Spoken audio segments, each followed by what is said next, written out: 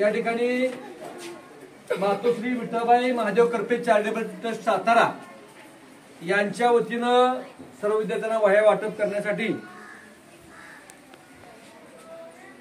माननीय सुधाकर महादेव करपे साहेब शहरात उपजिल्हाधिकारी यांच्यातर्फे हे वह्या वाटप आहे। त्यासाठी उपस्थित करपे साहेब ज्यांच्या प्रेरणेनं आम्ही नेहमीच काम करतो ते आयडियल टीचर अकॅडमीचे संस्थापक अध्यक्ष माननीय प्रकाशजी बडदरे,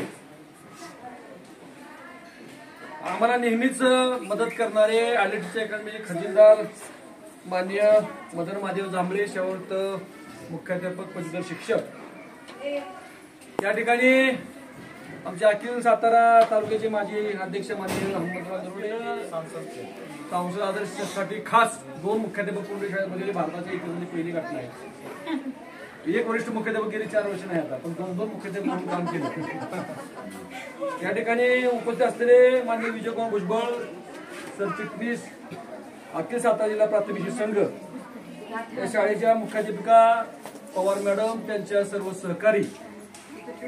खरं तर हा कार्यक्रम नंतर घ्यायचा, पण जी माझी इच्छा होती ती काही पूर्ण झाली नाही।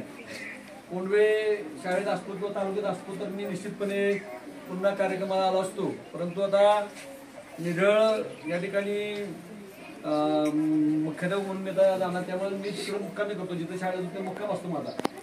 साहेब मी 10 वर्ष कोंड शाळेत होतो, मी कधी घरी डाबा खायला घेऊन नाही। कोंड शाळेत माझा मुक्काम असला त्या लोकांना माहिती आहे की ही शाळा 23 मार्च 1885 स्थापना आहे। म्हणजे एवढी जुनी ह्या भागातली शाळा, आणि ही शाळा आता नव्या ठिकाणी आणलेली आहे। नव्या ठिकाणी आमच्या ह्या 7 भगिनी या ठिकाणी काम करतायत अध्यापनाचे। तरी सगळी शाळा ते सगळं साहित्य स्वतः आणलेले महिला असून सुद्धा, आणि साहेब त्यांचं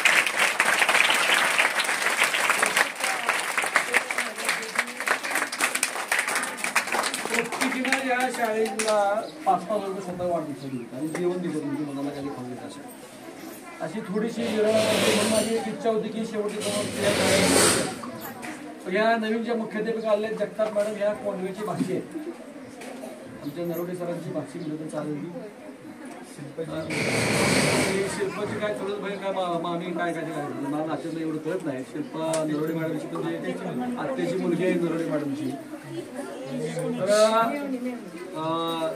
त्या मॅडमला खरं तर आज आणायचं होतं की त्यांची 5 मुलं घेऊन इथं आला असतो, रस्ता सगळा बंद आहे।